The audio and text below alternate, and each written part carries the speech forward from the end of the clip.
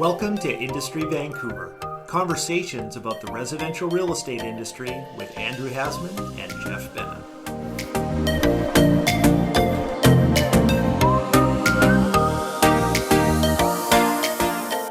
So Jeff, you and I have been selling real estate now for over 3 decades. We're ancient, and well, at least I'm ancient because look at the color of my hair. You've got a bit, Look at the color of my beard. you've got a full head of hair, and I'm, big time losing it. But that's, I guess, hopefully just a genetic thing. But definitely 32 years in the business. I think 33 for you, right?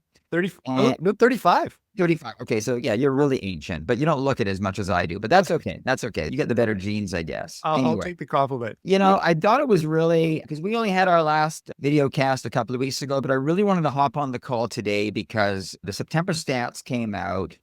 And, we've seen this thing before, but I'm seeing a market out there right now that is, we're in a prolonged sort of a buyer's market. There's a lot of stuff going on. And I see tremendous opportunity out there for anyone looking to buy a home. And surprisingly, I'm not seeing a lot of buyers. Like I see a very thin buyer pool in certain market segments. If you're looking at the lower end of the market, cheap renovated little condo, maybe whatever, bit of a view, maybe there's more buyers at that end. But I just see a real void of buyers in the marketplace. And I see a lot of hesitation. And I thought, let's tell everyone kind of what we're reading. Because the September stats came out and I see, at least in Vancouver, East and West, really no increase in sales activity from August to September. Typically, you'd see a pickup in September over August. This year, we haven't. So as September was sort of plodding along, I was just getting the impression that it hadn't really picked up yet. And I guess my gut instinct was kind of correct, that overall, we're still in very much a bit of a sluggish market to start the fall season here in Vancouver. What's your take? My take is the same. So we saw a strong July. We saw a surprisingly active August relative to the rest of the months. And then September, I feel like I've been waiting for the first week. Oh, let's see if the activity picks up. Second week, oh, let's see if the activity picks up. Third week, let's see if the activity picks up. But it stayed consistent with what was happening in August. Yeah. It's not uncommon for the fall market not to really kick into gear until October, but we might also be in a situation where we just have a steady, even-keeled market with lots of opportunity and not many buyers out there. Yeah, the buyers are just sort of hesitating, right? And I'm thinking, like, if there's ever a market to be getting excited about, it's the one we're sort of seeing now. Because you think about it, you go back 30 years, Jeff, and you're working with buyers. How often was it that buyers would end up, you'd be at an open house, it'd be 22 other parties at the open house, you'd be squished in there with 42 pairs of shoes at the front door. Yeah. And if you wanted to make an offer, it had to be tomorrow at 6 p.m. And if you had any conditions on it, you were basically laughed at. So basically, it was a seller's market and it was a seller's way or the highway, basically. But how often has that been the case when you've been working with buyers if you go back 3 decades? And for me, it's like, that became the norm. Like it was always for anyone looking to buy a home in Vancouver, really, really tough. You had to offer on 3 or 4 places before you got successful on actually securing a place. You had to go in with minimal conditions, if any, in many cases. And it was just a really tough way to buy a house. The buyers were aggravated. The sellers, of course, they're always aggravated. They're always thinking they're not selling for high enough. They're always, selling too cheap. But it was a really stressful time to be buying real estate. And for the most part, that's always been the case in Vancouver. It's been a seller's market and prices have always trended higher. There's been some bumps along the way. But what I'm seeing now is kind of this prolonged stagnating market. And of course, this year we didn't have a spring market. We had a little bit of a summer bump. We've started off the fall market very, very kind of stagnant again. But what I'm seeing is finally starting to see sellers, whether you call it capitulating or just throwing in the towel, and actually some of them actually reducing or accepting much lower prices. And I'm seeing some jaw-dropping, eye-popping selling prices on property out there that are like, wow, that was a phenomenal deal, like unbelievable. What are you seeing? Like, what's your take on it? But for me, it's been kind of like, it's been very attention-grabbing. So I'm seeing the same kinds of things, and where I'm seeing still some strong activity on very well-priced, desirable homes are still getting a lot of attention and a lot happening. The activity seems to be coming initially right out of the gate. When a new listing comes out, people swarm down and look at it. If they can get an offer accepted, great. They're thrilled about that. And then if it goes past that first couple of few weeks, a lot of times it gets very quiet for a very long time between showings. And so it's become increasingly important to be dead accurate on your pricing and to do it right out of the gate in order to get a listing sold. So, and we've talked about this before, obviously, but from the buy side, and what you just made that point where after a week or two, it was very quiet. The showings become very sort of sporadic at best. That tells me there's a very thin buyer pool out there. You get there's a bit of flurry at the buyers at the beginning. And then if the property doesn't meet the needs of, or maybe the price is not accurate, they go away. And then after that, it's just a trickle of activity. And I know this because I'm getting a lot of calls from realtors who we've showed their properties. And usually the next day they want feedback. And a couple of days later, they want to know if we're going to be submitting an offer. And, they're hungry. They want to get a deal done. And so for sellers that are kind of in denial, pricing at 6 months ago or last year's pricing, I think that they're going to just sit on the market. But for the sellers that, for whatever reason, what's going on in their lives, decide they have to sell, especially in the single family market, when you get over sort of 3 million on the west side, I've seen some pretty dramatic price drops. I'm seeing 50-foot building lots in the west side selling probably somewhere around 25% below their peaks, like pretty dramatic. Would you say 25% below the peak of 2022 or 25% below the peak of 2016? Yeah, so good question, because we had that peak in 16, little bump in 17, then we had the COVID bump, 2021, 2022, and then it sort of just went flat. Sellers in denial, waiting and waiting, and all of a sudden, I think really since sort of March, April, we've seen a real drop-off in prices of certain types of properties in Vancouver. And I've got some listings in these older homes, 50, 60-foot lots, which would be ideal building lots, multiplex lots, great locations, Mackenzie Heights, Kerrisdale, Dunbar, and properties that would have easily sold for 4 million, 4.2 at the peak are now selling close to $1 million below that, like 3.1 to 3.3, maybe 3.4, like pretty big drops. And they've been on the market for a while, and the sellers just sort of said, okay, enough is enough. We're taking an offer. And so it's been quite eye-popping just seeing some of these prices coming through all of a sudden on some of these very desirable West Side properties. And Andrew, the thing that's been eye-popping for me, though, is not so much the prices. I mean, that's just a fluctuation of the market. The market pays what the market pays. What I've been a little bit surprised by is, I want to say, the lack of recognition of the opportunity that's presented to people in these situations. Like, yes, I get it. If you had sold your, let's call it your condo for $50,000 over the asking price, and you got a huge number for that in 2022 in the spring, but then you had to go out and do the same thing on the house that you were trading up to, the gap was never wider than it was at that moment. Whereas now, yes, you're taking a lot less than what your expectations were or what you might have got in the past. No question. And the purchase price that you're going to pay and the gap from your trade up is so much less now. And so where I always go back to is, you should try and time your life. Don't try and time the market. But even if the market is down from where it was really exciting, there's actually a bigger advantage for you in the trade up than there was in selling for a huge price now and then having to spend all that money and more on the next thing that you go to. And that's my point. Like, it's tremendous opportunity right now. The gap is narrowed. And if you can get over the fact, I'm having this conversation with a lot of clients that are in that exact same position.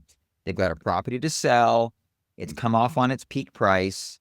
And I try to have them focus not on what they're selling their property for, but the differential between what they're going to walk away with on their property and what they got to pay for the next property. It's all about the differential.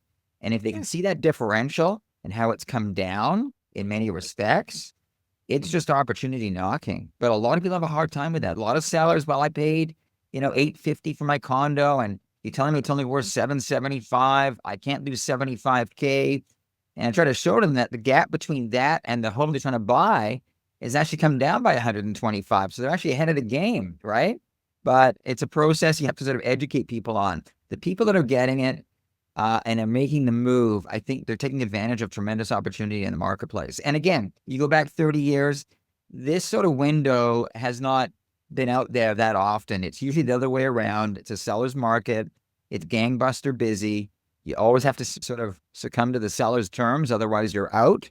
But in this case, you can negotiate. You can ask for things you normally wouldn't ask for. You can take longer subjects. You can pick your dates. The buyers have a phenomenal opportunity right now. Well, and Andrew, I go back to my own personal experience on this. Heather and I, we bought our first place at a frothy peak in the market, lived there for 7 years. It was great. Yeah. Came time to sell, you know, and we needed more space. We needed more rooms. We wanted to get into a house. We weren't looking at taking slightly less profit. We sold at a 30% loss and 100% elimination of our original down payment. Right, right. Ouch. Yeah. And the thing that we traded up to, the gap had never been shorter. So this is not advice I'm giving without being willing to do it myself. And so when I look now and I see, okay, yeah, so you bought it here, now it's worth this. It used to be worth that, but the trade up used to be this much and now it's this much. I think, oh my gosh, like go ahead and do it. Like you want to be in a bigger place. You want to be in a different neighborhood. Do you want to let the market tell you where to live, or do you want to take advantage of a lift up in the future in your new place? The market value is just what it is, but the sooner we all as realtors and as sellers and as buyers come to acceptance of that, the faster we can move on in our lives and do the things and be the places we want to be and take advantage of that for the future, right? I couldn't make much more sense. And I just feel that a lot of buyers are sitting on the fence. They're waiting, and I think they're waiting for the market to get busy again so they can compete. Whereas right now, they can call the shots. And if you're in a position to buy, like if you've sold your property and you know how much you have to walk away with and you know your dates, you can go in and negotiate tough. There's sellers out there right now that some of them need to sell. They got stuff going on. Maybe the homes are vacant, and if they don't get them sold, they're going to pay speculation tax next year. We just don't know, right? But there's absolutely people out there that, for whatever reason, need to move on with their lives. And I just think it's a tremendous opportunity that so many people are just sort of ignoring and waiting for the market to get busy again. It's frustrating because this time last year, I was saying to Jill, we had a handful of really motivated buyers all looking to buy. And of course, they've all since bought. This year, at this exact same time, I'm looking at my buyer list, and I've got these buyers, but they're all people that need to sell property first. So they're not buyers ready to go. They're buyers that will be buyers once they've sold their properties, right?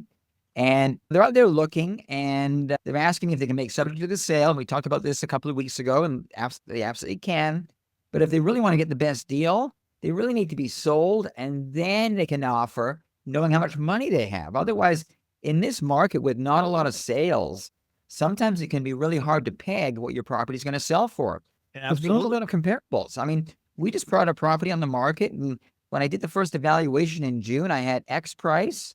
Yeah. And when I priced it just last week, I said to them, I said, you guys, that price is 4 months ago. The market shifted. And if you remember 4 months ago, Jeff, nothing was selling. It was during the shock and awe of the tariffs. Yeah. We had comparables. Like we were just going based on early 25 sales or late 24 sales.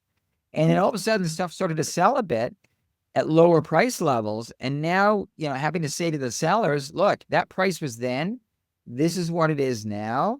And so a lot of sellers are kind of just, you know, that's why we've got all this inventory. You know, the inventory, seeing it's kind of building, not dramatically, but it is building. Stuff is sitting because it's not priced correctly. And so it's becoming more of a buyer's market, right? I mean, that's what's happening. Well, and Andrew, when we sold our place before we moved up to our first house, like we sold and then we went to a rental because we wanted to be sold first. We wanted to be able to trade our convenience for other people's money. And so we sold for maybe a little bit more than we might have if we needed to stay in the place, but we got out almost immediately, went to a rental. Yeah. Because they needed it quicker. And then the place that we ended up offering on came on the market, I think it was the last week in November, and they were looking at offers in the first week of December. And we just said, okay, great. Good timing. We want to close in 3 weeks. Done. Yes. Yeah. Got a great buy on it at that time too. Because you guys were ready to buy. You had your money, or at least you knew exactly where you were at. Exactly. No nonsense, right? Just nice and easy. That's the way to do it. Now, I know too, though, Andrew, like there's so much noise in the media right now about, well, let's just call it bad real estate news. But I think what it's done is it's really caused people to sort of go to the sidelines and say, well, you know what? This sounds scary. I don't understand it. I'm not going to do anything. And that's going to be my answer to this. But not making a decision is absolutely a decision. And when we hear about people saying, oh, I don't want to buy right now because I think the market's going to do this, that, or the other thing. Yeah. I always go back to the idea of people that are in homes. Not selling is no different than buying a house. So if you've got somebody who's in a place and they're comfortable and maybe just a little bit uncomfortable and they think, oh, I'm going to hang on to this home, I'm going to wait and see what happens in the market. That's no different, the actual result of that, than somebody who buys one that same day, because you're just trading money for accommodation versus you're just keeping your accommodation, which has a value in the market. So by not selling today is exactly the same as buying. So I always want to sort of think about the 180-degree rule, like whatever everybody else is doing, I should probably just do the opposite. Warren Buffett always say, be greedy when the market's fearful and fearful when the market's greedy. Do the opposite, right? It's hard to do though, because you're going against emotion, right? But it's definitely, if you look at what's going on out there and you've got the ability to buy a property, I don't think there's been a better time going back a number of years. I think there's just tremendous opportunity. You can make some really good bids, and there's people out there that need to sell. Look at the brand new construction market with all the shadow inventory. I believe there's something like 5,000 condos sitting on the market, built, brand new and unsold, sitting on developers' balance sheets. Well, those developers have got to finance those. Yeah. And they got to pay their mortgage payments. So some of those developers, some more than others, need to get some sales under their belt. And we can see that based on all the incentives we get, realtor incentives. They want you to come into their sales presentation centers. They're offering as a bonus. They're offering the buyers a decorating allowance or going in a parking stall. They want our business. They want buyers to come in and buy real estate. And there's, again, tremendous opportunity. I don't want any buyers telling me that, the last 4 places they bought, it was competing offers. It's a crazy market. I had to do everything for the seller and nothing for me. Well, now's your chance to actually get what you want. Absolutely. And get off the fence. And this is your market for buyers. There hasn't been a better time in years. I've got a great graph.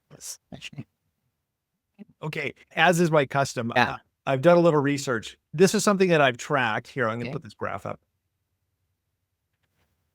So this is something, Andrew, that I've tracked over. Have you got the graph up? Yep, I can see it. We're going back to 1977. So we're going back about 50 years. That's, we're going back 50 years. Yeah. And what this does is it tracks affordability that we talk about from time to time. It's on a standard mortgage, posted 5-year rates relative to average incomes. It's as much a measure of unaffordability as affordability. But what I wanted to take a look at was affordability has been steadily eroding over the years. Right.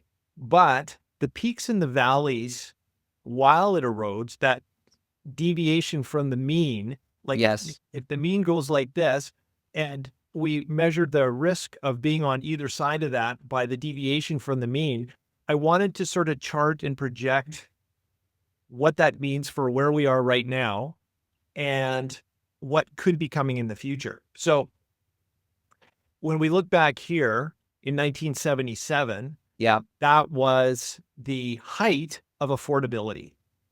36% of your income needed to buy a property. Is that correct? Exactly. Yeah. Then in the early 80s, we saw the spike up here. That was interest rates. Exactly. Yeah. And then fell back. But at the same time, too, how much you were spending on a monthly basis. I mean, that's the measure that we all work with in order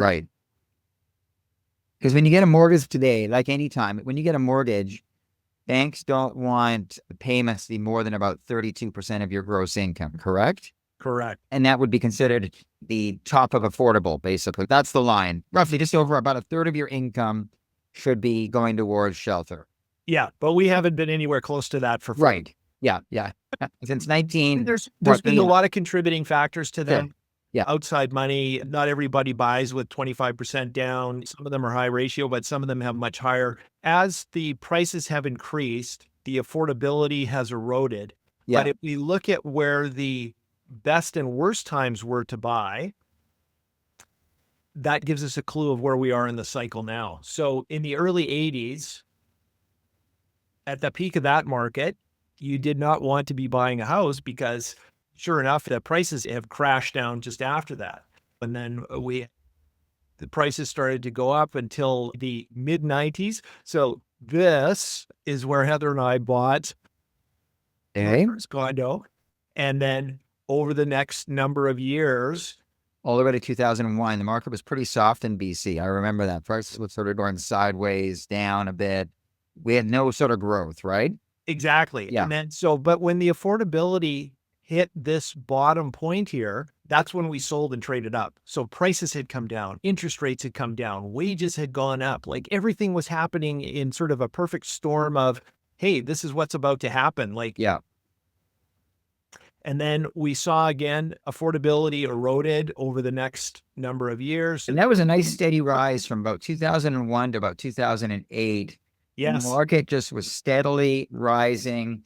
And then we had the 2008 financial crisis. Yeah, and that was brief. That was what, like 9 months? It didn't last very long. Not last long at all, but the affordability, so we got to invert the graph. Yeah. The affordability went way up.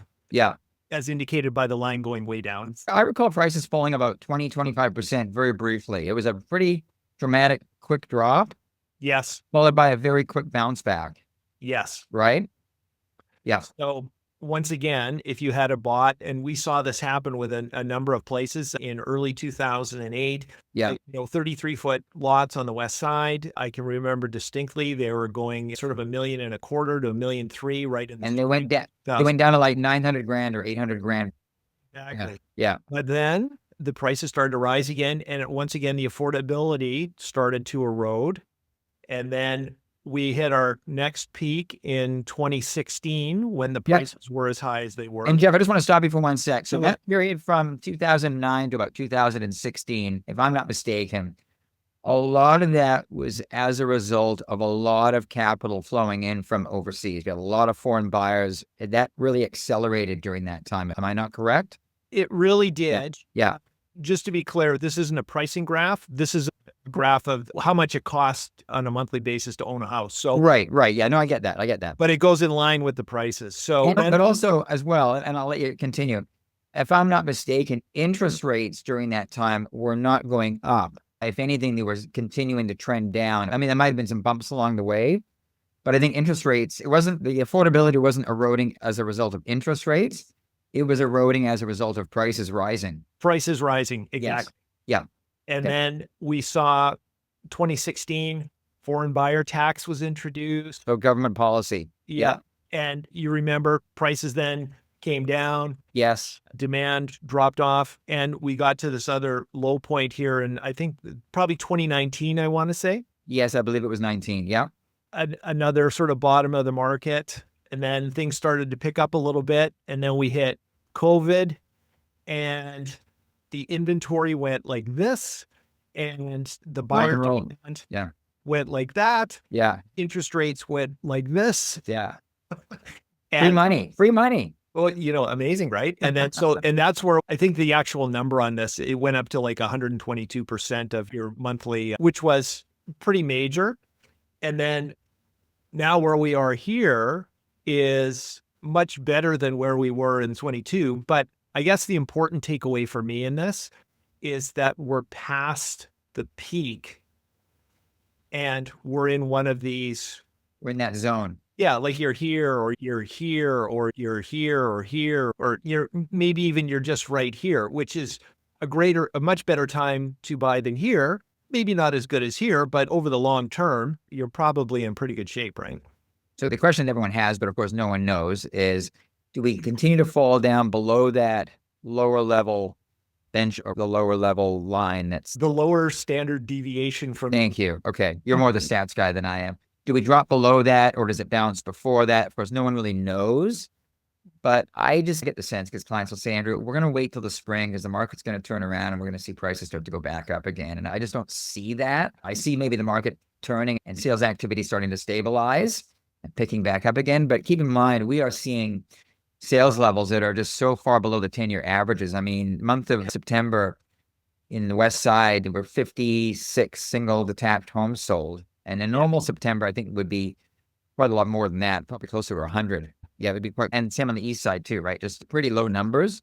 But again, these are interesting times. I just felt and feel that when I see such a void of buyers out there, very small pool, I'm thinking, boy, there's ever been a better time to sell or by the time to buy, it's totally in the buyer's favor. This is just a great time. I just don't get it. I've got some notes. Yeah. But the thing that I always come back to is, like when I think about sort of the early days of my career, I spent a lot of time working all over Vancouver, selling detached houses, and primarily with folks that had been in their homes for 30, 40, 50 years. Yeah. Yeah. And in that time that I was working with those people, it was interesting. Very few of them ever said to me, oh gosh, I wish I'd waited 6 months 30 years ago to buy my house. Yeah. Didn't matter. Didn't make any difference. What? Not a bit of difference.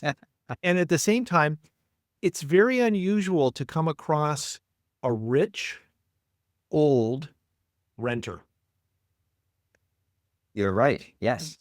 It's not that common a thing. Yeah. Do we find a lot of people, like even if they bought at the market peak in 1981, by the time 2000 rolled around, yeah, they're doing great. They made a great decision, right? They look like they were champions. Yeah. Even better if they hung on till 2025. So, when I look at the framework, if we're buying timing based or we're looking at performance cycles, rather than asking, is this actually affordable? A question that keeps getting harder to answer is, am I buying below trend and ahead of the next upcycle? So when we look at where we are, the market's come off the peak. The average detached price in 2022 was 2.3 million. By mid to late 2025, we're actually below that. We're at like 1.95 million. Yeah. Mortgage rates peaked 2023, 2024. Now they've moderated and coming down. If we look at that early 1980s, we had the peak year, and then we had a correction period, 2 or 3 years from 82 to 85. Yeah. But then we had that late 80s boom again, right? Post Expo, right? Yeah. Mid 90s, we had our peak year, 1995. And then we had 96 to 2000.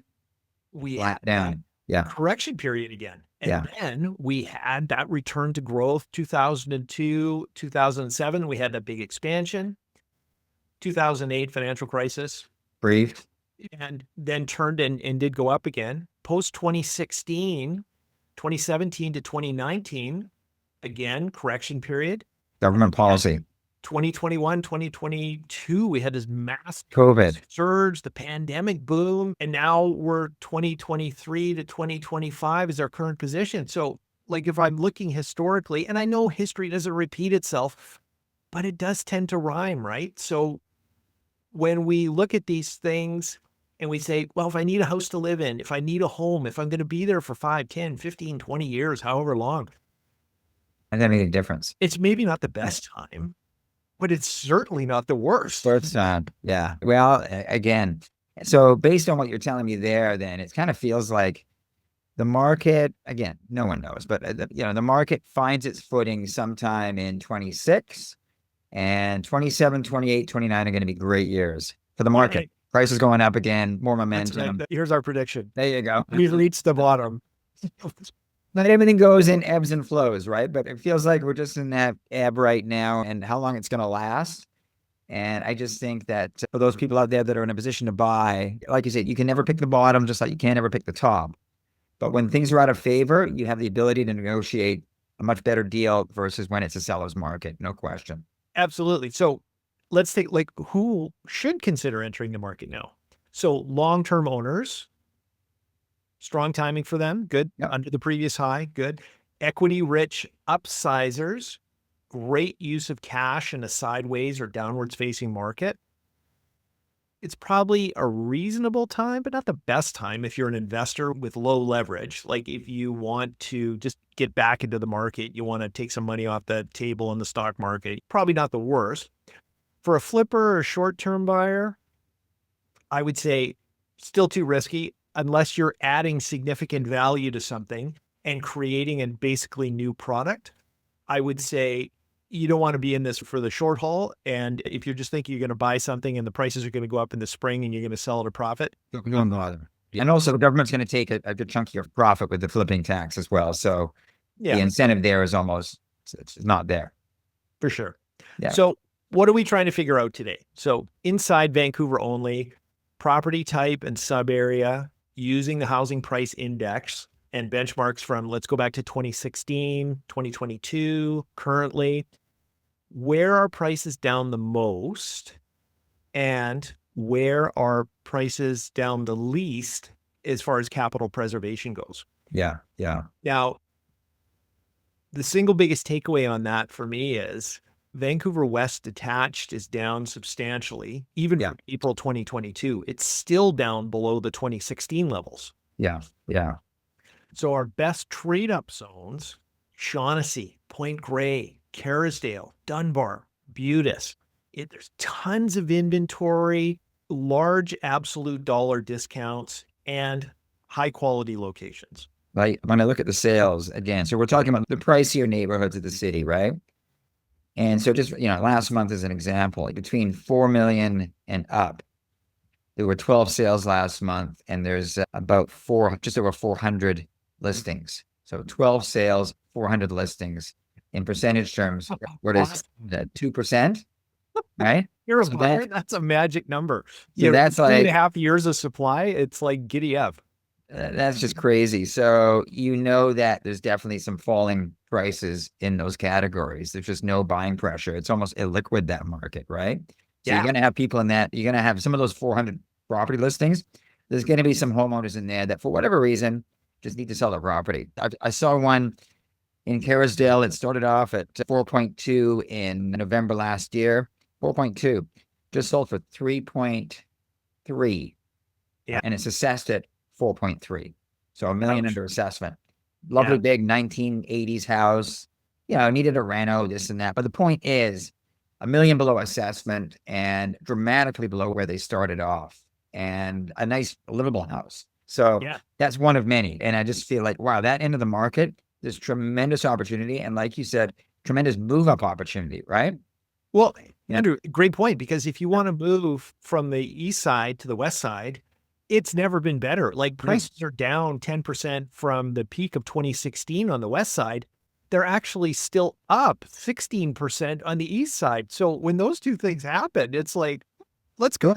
And it's funny, I was just doing an evaluation in Queen's Park in New West. Yeah. When I look at the numbers there, according to the stats, prices are kind of holding. There hasn't really been any erosion. It's been pretty nominal. So again, that speaks to what you're saying is some of the areas, and I would imagine these areas that are holding their prices are areas where predominantly owner-occupied neighborhoods, local money, it's local. So, and it's at price levels where you've got a lot of that local market, right? And so those prices haven't really adjusted, but it's in a lot of this higher, pricier stuff that maybe were purchased by people from outside the city or outside the country, and these houses are sitting there empty. Because a lot of the ones that we go into at these higher levels, the houses are all empty. They're staged. You can tell there's no one living there. Yeah. They've gone back to wherever they came from, and they're on the market. They want to sell these empty houses, empty, expensive houses, right?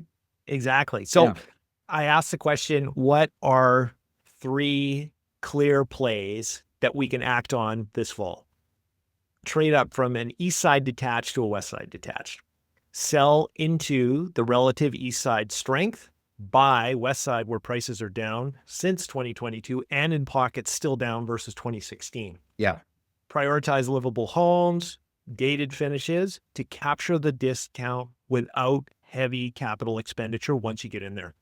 So a house is maybe hasn't been renovated in 25 years, Yeah. or maybe it's a 1990s vintage house in original Yeah. condition. It's got all the right rooms, Yes. but it's got the, I don't know, the red or the green toilet and bathtubs and the old brass fixtures and Nope. Brass is back, Andrew. I know it is, I know, but it's got the pink carpet and the green walls or whatever, but clearly dated, Yeah. but solid homes that need a nice remodel facelift. Yes. Tremendous value, right? Tremendous Absolutely. value. Yeah, yeah. And when you sold your house, downsized into a West Side concrete condo. So the West Side condo basket down since 2022. Target a larger 1+ den or a 2-bed in Fairview, Falls Creek, South Granville, Kitsilano. Rental income optionality remains strong in those, but we're starting to see downwards pressure on prices as well. But if you can sell your house and you're downsizing to a condo, the condo markets, especially at the luxury end, it's been hit even harder than that market's been just hammered. But again, tremendous opportunity for the buyers. Yeah.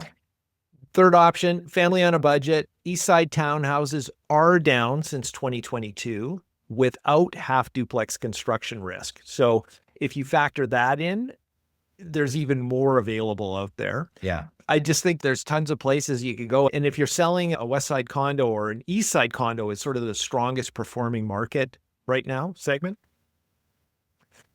If you can sell either of those two and trade up to something at the townhouse level, or if you make it all the way to a detached house, I think you're going to be doing very well. Jeff, how's the duplex market? Because I know they're going up like all over the city. What's that market doing? I haven't really looked in the last few months. So we went out on a little tour, I want to say 2.5 weeks ago. Okay. And we looked at all of the luxury duplex, triplex, fourplex that was available one weekend. And we saw some amazing stuff, and offers are coming in on the ones that are priced aggressively with the right finishings and decent layouts. Anything that's a little bit quirky or a weird layout or maybe a renovation not gone very well. Yeah. They tend to be sitting there, and you can see when you're talking to the agents, wow, Jeff, great to see you. Yeah. If you're going to buy it, what do we need to do to make a deal here? Yeah. So there's that metatext. That market is, once again, lots of opportunities. And the ones that are well priced, well presented, well designed, and well finished, they're still selling very well. Yeah. Okay. I suspect when the market does turn and things stabilize, the duplex market's going to do really well. I think it's, so obviously it's an affordable alternative. Absolutely. I've been into some really nice ones. Seeing a few on the west side being built on 50-foot lots, so much larger ones. I haven't seen any of those recently sell, but I've seen some much larger half duplexes. So it'll be interesting to see what the market's like for those. But it's no question, it's an affordable alternative for someone that doesn't want to get into a single family. For sure. Right? So the takeaway here is if you're looking to buy a home, condo, townhouse, doesn't really matter. Yeah. You got to give us a call because there's some tremendous opportunity out there, and there's never been a better time in recent years to step into the market. Interest rates look like they're trending down a bit. There's another Bank of Canada meeting in a few weeks. I think it's October 27th. Yep. And I think the consensus is that they're probably going to cut again, but I'm not 100%, but probably going to be another 25 basis point cut, I think. Oh, let's do it. Let's do a bet.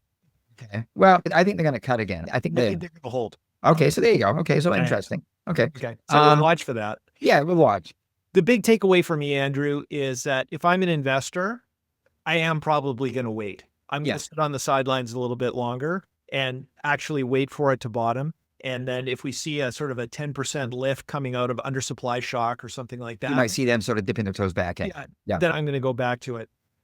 But if I'm a person who needs a place to live, if I'm a family, if I'm whatever I am, I need a roof over my head. I'm not going to let the market tell me what to do. I'm going to time my life in this thing. And I'm going to take advantage of the fact that if I'm a first-time buyer, there's all kinds of great stuff out there. If I'm a trade-up buyer, it's actually the best time in the world to do that. Yeah. If I ever thought, oh, I want to get out of this thing and into another thing or a different location or whatever, I'm going to take a look at all those numbers and figures and think, wow, what's the best move that I can make right now?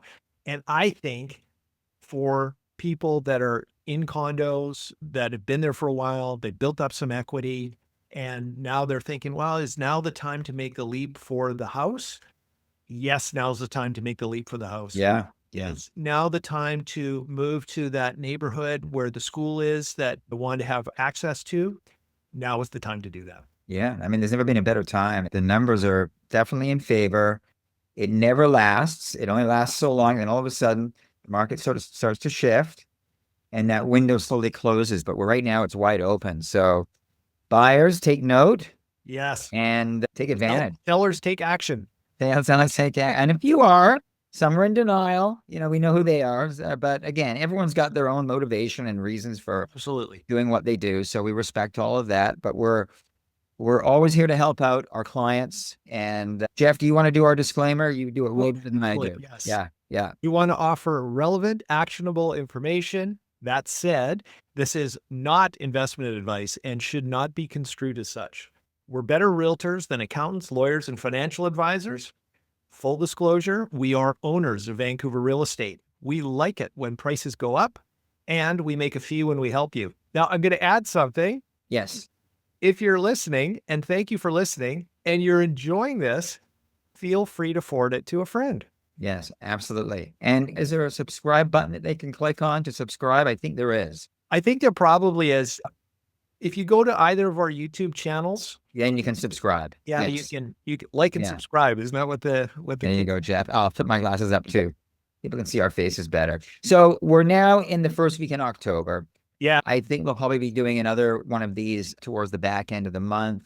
Yeah. It'll give us the ability to have a great read on what's going on, because then we're really truly into the fall market, because September is a transitional month. I always tell my clients second, third week in the month is when things sort of turn around. I was just kind of surprised this year when we weren't any higher than August. In fact, we were a little bit down from August, at least in the markets that we work in. So it'll be interesting to see how October fares. I am expecting things to pick up a bit, but again, we'll have a better read on things towards the end of the month. And of course, Bank of Canada rate decision, October 27th, I think it is.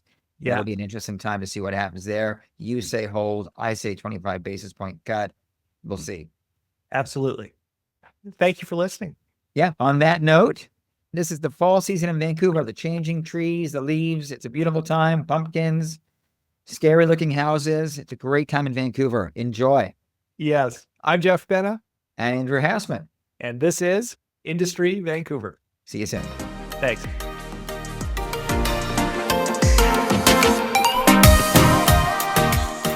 Thanks for tuning in today. We appreciate your time and your attention. If we can be of further help or information, we look forward to hearing from you. We respectfully acknowledge that we live, work, and play on the traditional territories of the Coast Salish people, including the Musqueam, Squamish, and Tsleil-Waututh nations.